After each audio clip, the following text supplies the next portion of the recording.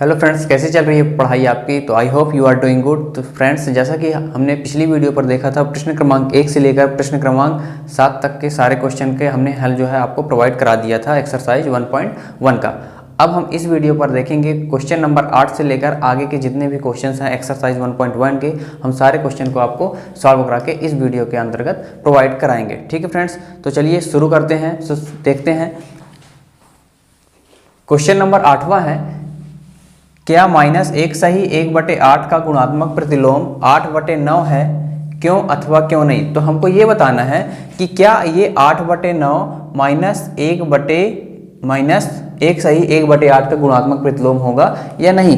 तो फ्रेंड्स, आपने इंट्रोडक्शन के फॉर्म में जब हमने वीडियो जो बनाई है, अगर जिन्होंने अगर उस वीडियो को नहीं देखा है तो वो वीडियो जाकर जो है देख सकते हैं, ताकि उसमें आपको बिल्कुल भी दिक्कत ना जाएगी और आगे के क्वेश्चन पे भी दिक्कत ना जाएगी। तो जिन्होंने भी अगर इंट्रोडक्शन वाली वीडियो जो लोग नहीं देखे हैं जिन स्टूडेंटों ने, तो वो वीडियो जाके पहले देख सकते हैं। ठीक है, फिर भी मैं यहाँ पर वो चीज़ एक्सप्लेन कर दूंगा अच्छे से।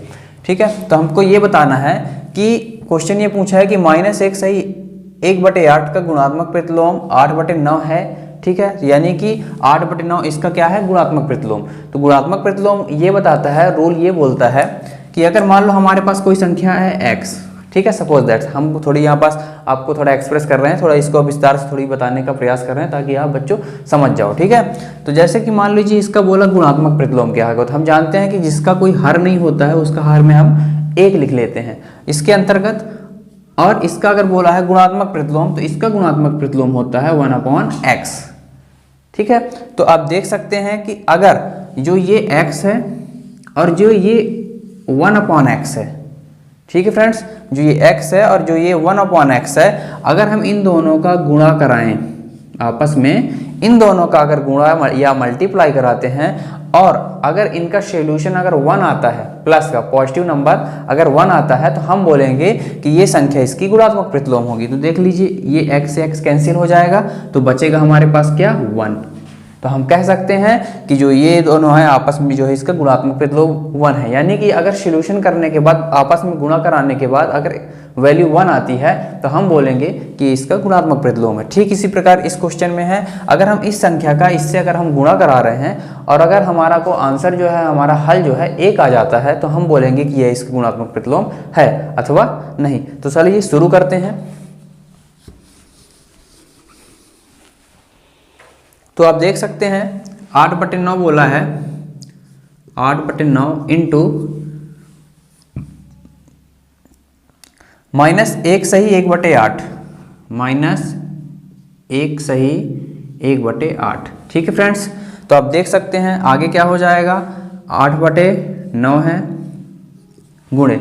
ठीक है, क्योंकि फ्रेंड्स मैं इंग्लिश और हिंदी दोनों में एक्सप्लेन करने का प्रयास कर रहा हूं, ताकि जो हमारे हिंदी और इंग्लिश मीडियम के जो स्टूडेंट हैं उनको बिल्कुल भी परेशानी ना जाए, इस वजह से मैं दोनों लैंग्वेज को यूज़ कर रहा हूं। ठीक है, और अगर किसी भी वर्ड्स की मीनिंग अगर आपको पता ना हो, तो मैंने इंट्रोडक्शन पे इस चैप्टर से रिलेटेड जितने भी शब्द आपको मिलेंगे, चाहे इंग्लिश से हिंदी से, मैंने उसमें आपको मेंशन कर दिया है इस वीडियो में कि कौन से वर्ड्स को हम इंग्लिश में क्या बोलते हैं और हिंदी में क्या बोलते हैं। ठीक है, तो इसलिए मैं हिंदी और इंग्लिश इस वीडियो में मैं दोनों लैंग्वेज का यूज़ कर रहा हूं, ताकि जो दोनों मीडियम के बच्चे हैं उनको बिल्कुल भी परेशानी ना हो। ठीक है, तो शुरू करते हैं। 8/9 गुणे, अब देखिए इसका ब्रैकेट खोलेंगे, तो हम जब ब्रैकेट खोलेंगे तो हमको ये पता होना चाहिए, सॉरी यहाँ पास मैंने 1 सही नहीं लिखा, -1 सही 1/8 था।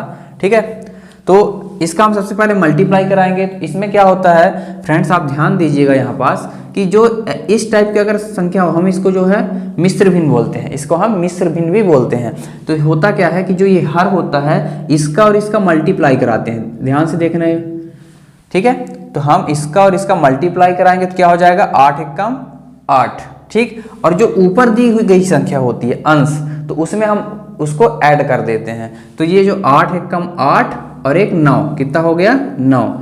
8 एकम 8 और एक 9। ठीक है, और 9 और जो हर में होता है, यानी कि जो डिनोमिनेटर में होता है, उसको हम सेम लिखते हैं, और जो ये माइनस का है इसको हम माइनस लगा दिए। ठीक है, तो इस प्रकार से अब देख लीजिए, जो कैंसिल होता है उसको हम कैंसिल कर देंगे और जो नहीं कैंसिल हो रहा है उसको हम रहने देंगे एज इट इज। ठीक है, तो ये देखिए, ये 8 से 8 कैंसिल हो रहा है, 8 एकम 8, और ये 9 से भी 9 कैंसिल हो रहा है, यानी कि यहाँ भी एक आ रहा है, यहाँ भी एक आ रहा है। तो एक का गुणा अगर एक में कराएंगे तो कितना आएगा, एक ही आएगा, हम जानते हैं। और ये माइनस भी लगाना पड़ेगा ना। तो देखिए क्या आ रहा है आपका, हल करने के बाद आपका आ रहा है -1। तो हमने अभी इसके पहले जो बताया था कि ये x गुणे 1/x बराबर, अगर इसका हम मल्टीप्लाई कराते हैं तो आना चाहिए 1, तब हम बोलेंगे कि ये गुणात्मक प्रतिलोम होगा। लेकिन यहाँ पास क्या आ रहा है, माइनस का आ रहा है। ठीक है, किसका आ रहा है, माइनस का आ रहा है। इस वजह से ये इसका गुणात्मक प्रतिलोम नहीं है। ठीक है, तो हमको आना चाहिए था पॉजिटिव नंबर आना चाहिए था, लेकिन यहाँ क्या आ रहा है, निगेटिव नंबर। ठीक है, तो इस प्रकार से हम कह सकते हैं कि जो 8/9 है -1 सही 1/8 का गुणात्मक प्रतिलोम नहीं है। ठीक है फ्रेंड्स, इस प्रकार से हमारा क्वेश्चन नंबर 8 जो है कंप्लीट होता है। अब क्वेश्चन नंबर नेक्स्ट पर बढ़ते हैं, नेक्स्ट टॉपिक पर, अपने क्वेश्चन नंबर 9 पर। तो हमारा नेक्स्ट टॉपिक है फ्रेंड्स क्वेश्चन नंबर 9 का है। देख सकते हैं कि क्या 3 सही 1/3 का गुणात्मक प्रतिलोम 0.3 है, क्यों अथवा क्यों नहीं। ठीक है, तो हम जानते हैं कि अगर इन दोनों संख्याओं का गुणनफल करते हैं, गुणा करते हैं, तो जो गुणनफल आता है उसको 1 आना चाहिए। अगर 1 आता है, हमने इसके पहले वाले टॉपिक में जैसे कि हमने बताया कि अगर गुणनफल 1 आ रहा है, पॉजिटिव नंबर आ रहा है, तो हम बोलेंगे कि वह उसका गुणात्मक प्रतिलोम है अथवा नहीं। चलिए इसका हम सॉल्व करके देखते हैं। तो सबसे पहले हम क्या करेंगे कि 0.3 इंटू 3 सही 1/3।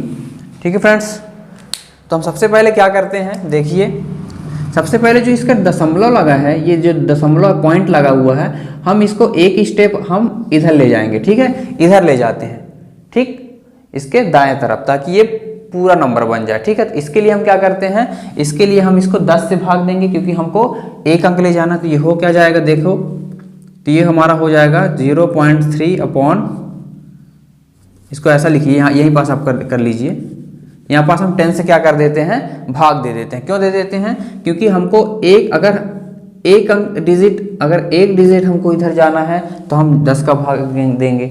अगर हमको 2 डिजिट जाना होता तो हम 100 का भाग देते। अगर हमको 3 डिजिट उधर राइट जाना होता तो हम 1000 का भाग देते। तो समझ रहे हो कि हमको अगर जितने डिजिट अगर हमको राइट साइड या दाएं साइड अगर जाना है, हम उसको उतने 0 से हम भाग देते हैं। ठीक है, तो आप देख सकते हैं हम एक स्टेप आगे जाना है, हमको इसको 10 से भाग देना पड़ेगा। तो ये क्या हो जाएगा, देखो, तो ये हो जाएगा 3 क्या हो जाएगा, 10 हो जाएगा, इंटू, अब इसका देखिए जैसे कि हमने पिछले टॉपिक पर बताया था कि इसका मल्टीप्लाई होता है, और मल्टीप्लाई कराने के बाद इसमें ऐड कर देते हैं जो भी अंश में नंबर दिया होता है। तो इसका हो जाएगा 3 त्रिकाई 9, 1 10/3।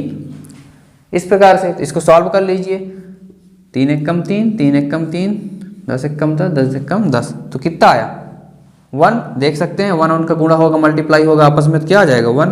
तो आप देख सकते हैं कि अगर किसी भी संख्या का गुणनफल अगर 1 आता है या 1 आता है, पॉजिटिव नंबर आता है, तो हम बोलेंगे कि वह उसका गुणात्मक प्रतिलोम है। तो आप लिख सकते हैं लास्ट में, आप आंसर हमें ऐसे लिख सकते हैं, हाँ। ठीक है, क्योंकि गुणनफल 1 है, ये आपका हो जाएगा आंसर। ठीक है, तो फ्रेंड्स आप इस प्रकार से आप अपना टॉपिक को सॉल्व कर सकते हैं। तो आप चाहिए तो स्क्रीनशॉट ले सकते हैं अपने वीडियो को, इस वीडियो का जो टॉपिक है इसका स्क्रीनशॉट ले सकते हैं और आप अपने नोट्स को हल कर सकते हैं। ठीक है फ्रेंड्स, तो उम्मीद करता हूँ कि आपको ये जो टॉपिक है समझ में आया होगा। तो हम नेक्स्ट टॉपिक पर बढ़ते हैं। तो हमारा नेक्स्ट टॉपिक है क्वेश्चन नंबर 10। तो आप जैसे कि देख सकते हैं हमको जो है पहला question, second question, third question जो है हमने बोर्ड में राइट डाउन कर लिया है। ठीक है, तो सबसे पहले हम देखेंगे फर्स्ट क्वेश्चन है क्या। ठीक है, तो ऐसी परिमेय संख्या जिसका कोई व्युत्क्रम नहीं है। ठीक है, तो वैसे तो सभी नंबरों का व्युत्क्रम होता है, जैसे कि मैं एग्जांपल बता दूं। चलिए मैं यहीं पास जगह है तो यहीं पास एग्जांपल आपको समझा दे रहा हूँ। तो हमको ऐसी परिमेय संख्या जिसका कोई व्युत्क्रम नहीं है, तो अगर हम 5 लेते हैं, लाइक एग्जांपल अगर हम 5 लेते हैं, एग्जांपल यहाँ समझा रहा हूँ आपको, यहाँ पास नोटबुक में जो है राइट डाउन नहीं करना। ठीक है, आप पहले इसको समझ लीजिए इसको करना क्या है। तो मान लीजिए अगर देखिए जैसा कि आप जानते हैं किसी भी संख्या का जो हर नहीं होता है हम उसके हर में क्या लिख सकते हैं, 1, और इसका हम रेसिप्रोकल ये व्युत्क्रम करेंगे तो क्या हो जाएगा, ये 1/5। ठीक है, क्या हो जाएगा, 1/5, जो कि इसका क्या है व्युत्क्रम नहीं है। ठीक है, तो ऐसे हम, और जबकि क्वेश्चन क्या पूछ रहा है, ऐसी परिमेय संख्या जिसका कोई व्युत्क्रम नहीं है, तो इसका व्युत्क्रम है 5 का, अगर हम व्युत्क्रम कराएंगे तो 1/5 हो जाएगा। सिमिलरली अगर 3 का अगर हम व्युत्क्रम कराएंगे तो ये 1/3 हो जाएगा। अगर हम 4 का अगर व्युत्क्रम कराते हैं तो ये 1/4 हो जाएगा। समझ रहे हो? तो इस प्रकार से मतलब हर सभी संख्याओं का क्या होता है, व्युत्क्रम होता है। लेकिन यहाँ ध्यान देना, अगर अब हम 0 कोई संख्या ले लेते हैं, जैसे कि 0, ठीक है, हमने ले लिया 0, ठीक, तो 0 जो है अगर हम इसके हर में 1 लिखते हैं तो हम ना ही इसको 0 लिख सकते हैं और ना ही हम इसको 1 लिख सकते हैं। यानी कि हम कह सकते हैं कि 0 का कोई भी व्युत्क्रम नहीं होता। 0 एक ऐसी संख्या है, ऐसा नंबर है जिसका कोई भी व्युत्क्रम नहीं होता, तो हम इसको कह सकते हैं, इसका आंसर हो जाएगा 0। ठीक है फ्रेंड्स, तो आप देख सकते हैं इसका आंसर हो जाएगा 0। आप इसको अपना नोट में राइट डाउन कर सकते हैं। ठीक इसी प्रकार अब क्वेश्चन पूछा है, नेक्स्ट क्वेश्चन पर चलते हैं। परिमेय संख्या जो अपने व्युत्क्रम के समान है। ठीक है, तो वैसे तो सभी संख्या जो है व्युत्क्रम के समान होती हैं। ठीक है, तो आप जैसे कि देख सकते हैं हमको, लेकिन हमको ऐसी संख्या कोई बतानी है जो व्युत्क्रम के समान हो। ठीक है, और बाकी जो नंबर्स होते हैं, जैसे मान लो 3/1 है, तो 1/3 क्या ये समान है नंबर? नहीं, क्योंकि ये 3 है और ये 1/3 है, तो नहीं। तो हम बोलेंगे कि ऐसी कोई संख्या नहीं है, मतलब जो परिमेय संख्या के रूप में होती है। ठीक है, लेकिन अगर हम यहाँ पास समझें कि अगर हम कोई नंबर ले लेते हैं 1, जैसे आप समझिएगा, अगर हमने कोई नंबर ले लिया 1, तो हम इसका अगर हर में 1 लिखेंगे तो एक बात बताइए, इसका व्युत्क्रम क्या होगा? इसका व्युत्क्रम 1/1, यानी मान क्या आ जाएगा? इसको तो हम 1 ही लिखेंगे ना। सेम एज ठीक इसी प्रकार दूसरा नंबर होता है, अगर हम -1 लेते हैं तो क्या हो जाएगा? इसका हर में को अगर कोई नहीं है तो 1 लिख लिए, और इसका अगर व्युत्क्रम बोलेगा तो क्या हो जाएगा? 1/-1। चूंकि हम माइनस हर में कभी नहीं लिखते, इसलिए हम इसको क्या लिखते हैं? ऊपर। तो इट मीन्स इसका भी मतलब क्या हो जाएगा? -1। तो कहने का मतलब समझ रहे हो कि अगर हम परिमेय संख्या जो अपने व्युत्क्रम के समान है, तो वो नंबर कौन कौन सी हैं? 1 और -1। सिर्फ मैथ में 1 और -1 ही ऐसी नंबर हैं जो कि परिमेय संख्या है, जो कि अपने व्युत्क्रम के भी इक्वल होगी या समान होगी। ठीक है, तो उम्मीद करता हूं कि आपको ये टॉपिक समझ में आ रहा होगा। तो आपका ये आंसर आपका हो जाएगा, आपका आंसर राइट डाउन कर लीजिएगा अपने नोट में, 1 और -1। ठीक है, इस प्रकार से आपका फर्स्ट और सेकंड नंबर क्वेश्चन जो है सॉल्व आउट होता है। अब हम चलिए नेक्स्ट थर्ड पर बढ़ते हैं। अब इसका क्या हो जाएगा? परिमेय संख्या जो अपने ऋणात्मक के समान है। ठीक है, तो अगर हमको कोई मान लीजिए परिमेय संख्या बतानी है, मान लो एग्जांपल ऐसा समझो, मान लो 3 है। ठीक है, अब ये परिमेय संख्या, मान लो परिमेय संख्या कैसे हम जानते हैं? परिमेय संख्या जो होती है P/Q के फॉर्म में होती है। तो चलिए हम इसको P/Q के फॉर्म में बना लिए, हर में अगर कुछ नहीं है तो 1 लिख लिए। तो हम क्या करेंगे, अब क्या क्वेश्चन पूछा, ध्यान दीजिएगा। ठीक है, परिमेय संख्या जो अपने ऋणात्मक के समान है। ठीक है, परिमेय संख्या जो अपने ऋणात्मक के समान है। तो एक बात बताइए, अगर मैं इसको अगर लिख दूं -3/1, तो क्या इक्वल है? क्यों इक्वल नहीं है? क्यों इक्वल नहीं है? क्योंकि ये 3 है और ये -3 है। इस प्रकार से ये नंबर जो है हम बोलेंगे ये फॉल्स है, या गलत है, या रॉन्ग है। ठीक है, तो इस प्रकार से हम इसको बोलेंगे। अगर हम दूसरी संख्या में अगर ले लें 0, अगर हम ले लेते हैं 0, तो अगर हम इसका इस परिमेय संख्या का, देखिए अगर कुछ नहीं है हर में तो 1 लिख सकते हैं। तो अगर हम इसका ऋणात्मक करें, यानी कि -0 कर दें, तो एक बात बताइए, 0 और ये लिखिए या माइनस लिखिए, 0 लिखिए या -0 लिखिए या -0 लिखिए, इसका मतलब तो 0 ही होगा ना। इसका मतलब तो 0 ही होगा। तो कभी आपने ऐसा चीज़ पढ़ा है या फिर कभी देखा है मैथ में, या फिर किसी से कोई बताया हो कि 0 ना लिख के -0 लिखिए? नहीं, हम क्या होता है 0 या -0 कुछ भी लिखेंगे, परिमेय संख्या जो अपनी ऋणात्मक के समान है, तो वो संख्या कौन सी है? 0 है। ठीक है, आप क्या लिखेंगे? तो वो संख्या है आपकी 0। तो आपका आंसर हो जाएगा 0।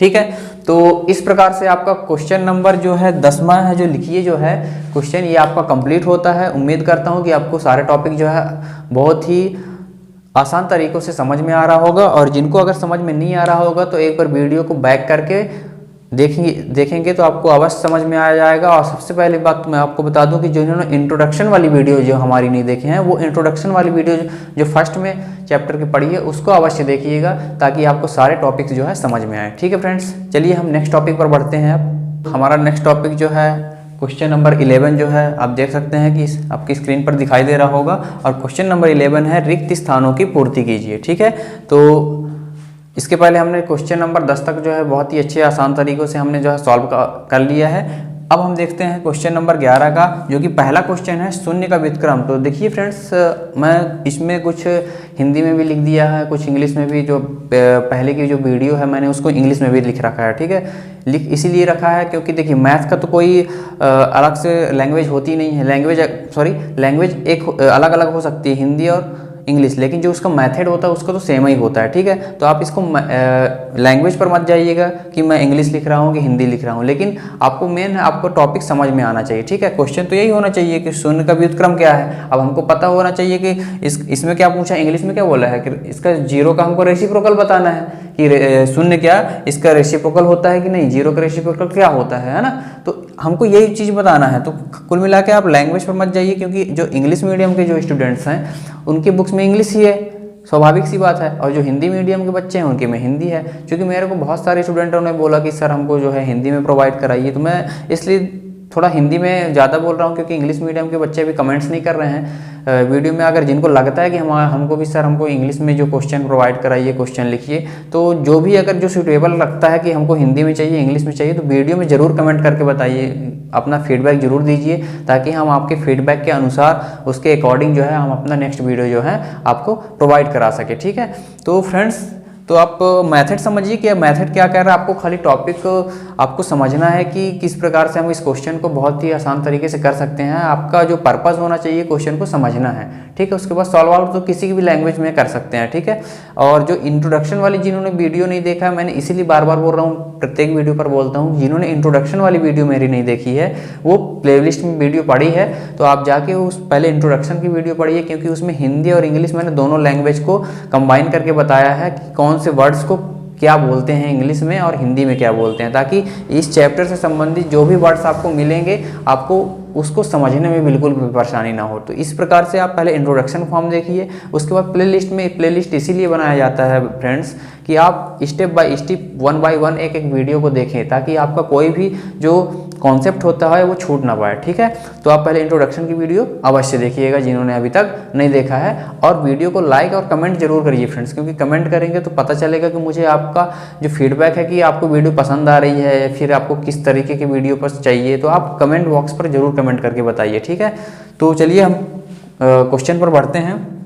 इसमें बोला है शून्य का व्युत्क्रम क्या होता है। तो हम जानते हैं कि शून्य का कोई व्युत्क्रम नहीं होता है, यानी जीरो का कोई भी रेसिप्रोकल नहीं होता है, तो हम लिख देंगे नहीं या नो।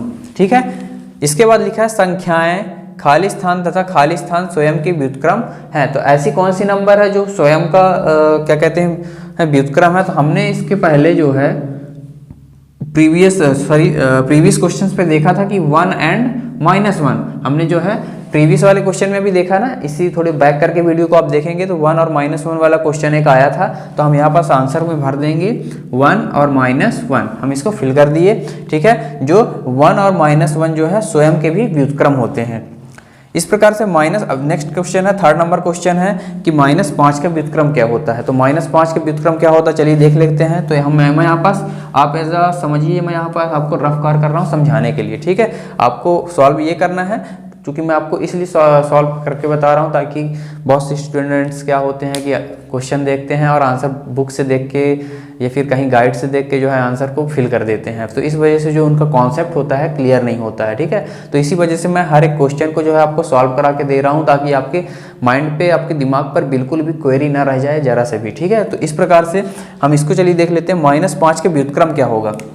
तो आप देख सकते हैं -5 के व्युत्क्रम बोला है। ठीक है, तो अगर इसके हर कोई नहीं हो तो इसका हर हम क्या ले सकते हैं, 1 लिख सकते हैं। अब इसका व्युत्क्रम कहने का मतलब होता है उल्टा, रेसिप्रोकल हमको बताना है। ठीक है, तो हम अगर इसका उल्टा कर देंगे तो क्या हो जाएगा, 1/5। और जानते हैं अब चूंकि आप बोलेंगे कि माइनस हम इसमें लगाएंगे -5, तो हम एक मैथ का रूल होता है, आप रूल इसको कह सकते हैं कि मैथ जो माइनस होता है वो हर में कभी नहीं होता है, डिनोमिनेटर में कभी नहीं होता। हम हमेशा उसको कहाँ लिखते हैं, अंश में, न्यूमरेटर में लिखते हैं, ठीक है। तो हम इसको ऐसे लिखते हैं -1/5, तो हमारा आंसर हो जाएगा -1/5, ठीक है। तो मुझे लगता है कि आपको बहुत ही आसान तरीके से समझ में आ रहा होगा। नेक्स्ट पर चलते हैं। क्वेश्चन नंबर चौथा बोल रहा है कि 1/x ब्रैकेट में दिया है x does not equal to 0 का व्युत्क्रम क्या होगा, ठीक है। तो हमको यहाँ पास फिल इन द ब्लैंक्स बोलना है। तो यानी क्वेश्चन बोला है कि 1/x दिया है, ठीक है, और यहाँ पास बोला है कि x जो है 0 नहीं होनी चाहिए, मतलब जो ये है ये 0 नहीं होना चाहिए, मतलब ये कोई भी नंबर हो सकता है, 0 के अलावा कोई भी नंबर हो सकता है, 1 2 3 4 5 एंड सो ऑन, ठीक है। तो कहने का मतलब x जो है 0 नहीं होना चाहिए। तो एक बात बताइए, अगर 1/x है, ठीक है, आप ध्यान दीजिएगा यहाँ कर रहा हूँ, देखिए अगर हमारे पास x था, ठीक है, तो हम इसका व्युत्क्रम क्या लिखते थे, 1/x, कैसे, हम इसके हर में 1 लिख देते थे, ठीक है। तो अगर क्वेश्चन में बोला है 1/x, तो इसका 1/x का क्या हो जाएगा, उल्टा जस्ट, तो 1/x का व्युत्क्रम क्या होगा, x होगा। तो हम यहाँ पास क्या फिल कर देंगे, x, ठीक है। इसके बाद है 5वां नंबर क्वेश्चन है, दो परिमेय संख्याओं का गुणनफल हमेशा क्या होता है। तो चलिए इसको भी थोड़ा समझ लेते हैं, इसके बाद हम अपना आंसर फिल करते हैं। तो आप देख सकते हैं कि दो परिमेय संख्याओं का गुणनफल हमेशा, तो दो परिमेय संख्या, चलिए हम एग्जांपल ले लेते हैं, ठीक है, थोड़ा समझ लेते हैं। देखिए फ्रेंड्स, मैं चाहूँ तो आंसर को तुरंत फिल कर दूंगा, लेकिन अगर तुरंत फिल कर दूंगा तो वही होगा कि जैसे बहुत से स्टूडेंट्स ऐसे होते हैं जो आंसर फिल कर देते हैं डायरेक्ट भर के। तो हमको पहले समझना है, ठीक है। बहुत से स्टूडेंट्स ऐसे होते हैं जिनको कॉन्सेप्ट जो है क्लियर नहीं होते हैं, लेकिन उनको आंसर पता होता है। तो हमको कॉन्सेप्ट क्लियर भी करना है और आंसर फिल भी करना है, ठीक है, हमको दोनों लेकर चलना है। तो अब देखिए, दो परिमेय संख्याओं का गुणनफल हमेशा खाली स्थान इधर हमको भरना है, फिल करना है, ठीक है। तो दो परिमेय संख्या मान लो 2/3 है और हमको गुणनफल कराना, क्वेश्चन में क्या बोला है, हमको गुणनफल यानी गुणा कराना पड़ेगा। तो हम मान लीजिए 1/3 ले रहे हैं, ठीक है। तो आप देख सकते हैं 2 1 2 3 3 9, ठीक है। तो देख सकते हैं इसका गुणा कराए तो गुणनफल में क्या मिला, 2/9, मतलब हमको क्या मिला, परिमेय संख्याओं का गुणनफल कराने से हमको परिमेय संख्या ही मिलेगी, यानी कि रेशनल नंबर का गुणा कराने पर हमको रेशनल नंबर ही मिलेगा। तो यहाँ पास आप भर देंगे, फिल कर देंगे परिमेय संख्या, ठीक है, परिमेय संख्या। इस प्रकार से आपका 5वां नंबर भी कंप्लीट होता है। अब चलिए नेक्स्ट पर बढ़ते हैं। क्वेश्चन है, किसी धनात्मक परिमेय संख्या का व्युत्क्रम खाली स्थान है। किसी धनात्मक परिमेय संख्या का व्युत्क्रम खाली स्थान है। तो आप देख सकते हैं कि हमने धनात्मक नंबर लिया, दोनों पॉजिटिव हैं, 2/3 भी पॉजिटिव नंबर है हमारा, 1/3 भी हमारा पॉजिटिव नंबर है। तो रिजल्ट क्या मिला, हमारा पॉजिटिव नंबर मिला, ठीक है। क्या मिला, पॉजिटिव नंबर, जैसे कि हमने अभी पिछली क्वेश्चन पर, इसमें 5th नंबर क्वेश्चन पर देखा था। तो इसमें किसी धनात्मक परिमेय संख्या के व्युत्क्रम बोला है। तो एक बात बताइए, अगर धनात्मक परिमेय संख्या मान लो हमने ले लिया 2/9, ठीक है, इसी को ले लिया हमने, ये एग्जाम्पल ले लिया। तो ये बात बताइए, अगर हमारा संख्या धनात्मक है तो इसका व्युत्क्रम भी क्या आएगा, यानी उल्टा कर देंगे तो क्या आएगा, धनात्मक ही आएगा। अगर हम ऋणात्मक ले लिए मान लो इस संख्या को -2/9, तो हमारा जो इसका व्युत्क्रम कराएंगे तो क्या आ जाएगा, इसका -9/2। तो कहने का मतलब अगर धनात्मक हमारा संख्या है तो उसका व्युत्क्रम निकालेंगे तो धनात्मक आएगा। माइनस का अगर क्वेश्चन दिया होता तो माइनस में हमारा आंसर आता। तो समझ रहे हो कि धनात्मक अगर क्वेश्चन दिया जाएगा तो आंसर धनात्मक में आएगा, यानी positive to positive, negative to negative, ठीक है। तो इस प्रकार से हम यहाँ पास भर देंगे, किसी धनात्मक परिमेय संख्या का व्युत्क्रम क्या हो जाएगा, हमारा क्या होगा आंसर, इसका धनात्मक होगा, ठीक है। तो आप यहाँ पास फिल कर दीजिए बहुत ही इजीली, धनात्मक, ठीक है फ्रेंड्स। तो इस प्रकार से आपका क्वेश्चन नंबर 11 जो है कंप्लीट होता है, जैसे कि आप देख सकते हैं। चाहिए तो आप स्क्रीनशॉट ले लीजिए और अपने नोट्स में लिख सकते हैं, ठीक है। तो इस प्रकार से क्वेश्चन नंबर 1 से लेकर क्वेश्चन नंबर 6 तक जो है हमारा जो है कंप्लीट होता है, 11 क्वेश्चन नंबर 11 का। तो इस प्रकार से फ्रेंड्स हमारा जो है एक्सरसाइज 1.1 का क्वेश्चन नंबर 1 से लेकर क्वेश्चन नंबर 11 तक सारे क्वेश्चन जो है हमने आपको प्रोवाइड करा दिया है। उम्मीद करता हूँ आपको सारे टॉपिक्स बहुत ही इजीली वे पर आपको समझ में आ गया होगा। ठीक है फ्रेंड्स, अगर आपको कोई भी क्वेश्चन, कोई भी क्वेरी, माइंड में कोई भी कन्फ्यूज़न हो तो आप वीडियो पे कमेंट करके ज़रूर बताइए कि हमको सर इस क्वेश्चन पर दिक्कत जा रही है, ये वाला टॉपिक एक्सप्लेन करिए, तो मैं उस पर भी वीडियो बनाने का प्रयास करूँगा और आपको प्रोवाइड कराने का प्रयास करूँगा। और एक अंतिम बात फ्रेंड्स, अगर आपको वीडियो पसंद आई होगी तो हमारी चैनल नोवर सॉल्यूशंस को लाइक सब्सक्राइब जरूर करिएगा और बेल आइकन पर जरूर टिक करिएगा, ताकि हमारी जब भी कोई नई वीडियो अपलोड होती है तो आपका उसको जो नोटिफिकेशन सबसे पहले आप तक पहुँचे। ठीक है फ्रेंड्स, थैंक यू।